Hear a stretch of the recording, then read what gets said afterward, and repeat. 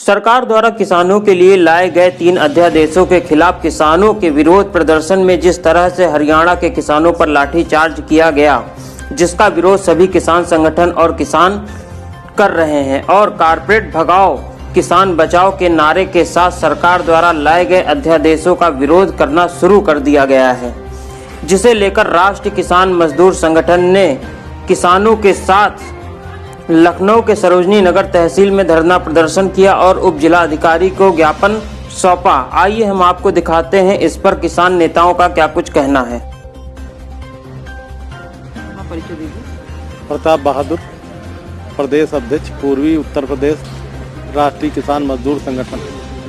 आज आप किन समस्याओं को लेकर तहसील पर आज धरने पर? आज धरने का मुख्य उद्देश्य था ये कि हरियाणा में किसानों द्वारा जो नए कानून बनाए जा रहे हैं किसान विरोधी और बिजली की दर बढ़ाई जा रही है, उसके खिलाफ वो लोग धरना प्रदर्शन के उद्देश्य से रोड पर निकले थे। तो उनके ऊपर वहाँ की सरकार द्वारा बड़े पैमाने पर पुलिस बल मंगा करके लाठीचार्ज कराया गया, जिससे पूरे देश का किसान आक्रोशित है।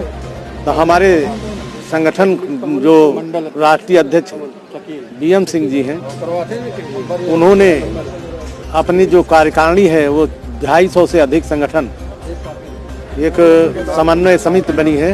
उस समन्वय समिति के 250 संगठनों ने मिल करके ये तय किया कि 14 सितंबर को इस लाठीचार्ज के विरोध में हम लोग विरोध करेंगे और प्रत्येक तहसील और कलेक्ट्रेट पर जो जिन मांगों को लेके वहाँ पर लाठीचार्ज हुआ है, उन मांगों को सरकार तक और राजपथ तक पहुँचाएंगे और विरोध करेंगे। सरकार ने जो तीनों अध्यादेश दिए उसमें क्या कुछ खामियां हैं जिसे लेकर प्रदर्शन चल रहा है? ये जो सरकार ने जो दिया है उसमें एक तो आवश्यक अधिनियम 1955 का संशोधन किया गया है, जिसमें अनाज दलहन और तिलहन को आवश्यक वस्तु में नहीं रखा जाएगा। इससे खतरा है कि क्या MSP भी नहीं रहेगी। यह दूसरा यह है कि व्यापारियों को इस बात की छूट दे दी गई है कि आप चाहे जहां चाहे जितना अनाज खरीदो। भंडारण पर से रोक हटाई जा रही है और अनाज खरीदने का वो है कि आप जिस देश में खरीदो, चाहे जिस प्रदेश में बेचो। तो इससे जो जहां पर किसान पैदा कर रहा है और उसका जो कम रेट पे खरीद करके दूसरे जिले में दूसरे प्रांत में व्यापारी लोग मनमाने रेट से बेचेंगे, तो जो खरीद है वो किसान को लाभ अभी नहीं मिल पा रहा है। जो वो पैदा करता है उसका लाभ व्यापारियों को अभी मिल रहा है और जो उनके लिए छूट हो जाएगी और सरकार का नियंत्रण खत्म हो जाएगा।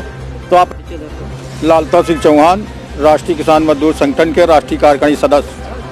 जो 3 अध्यादेश सरकार ने निकाले हैं, क्या इससे आपको लगता है कि 2022 में वाकई में किसानों की आय दोगुनी हो जाएगी? हमको तो ऐसा नहीं लगता कि सरकार ये जो अध्यादेश है इससे किसानों की आय दोगुनी कर देंगे, क्योंकि इस महामारी में हमारा किसान अन्नदाता जो सरकार से लेके अधिकारियों तक का भोजन दिया है, आज उन्हीं के ऊपर लाठीचार्ज हो रही है।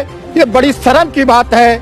ऐसी निंदनीय सरकार को मैं बार बार घोर निंदा करता हूँ, क्योंकि जो इस देश का अन्नदाता है उसके ऊपर लाठीचार्ज हो रहा, इससे बड़ी शर्म की बात और क्या हो सकती है।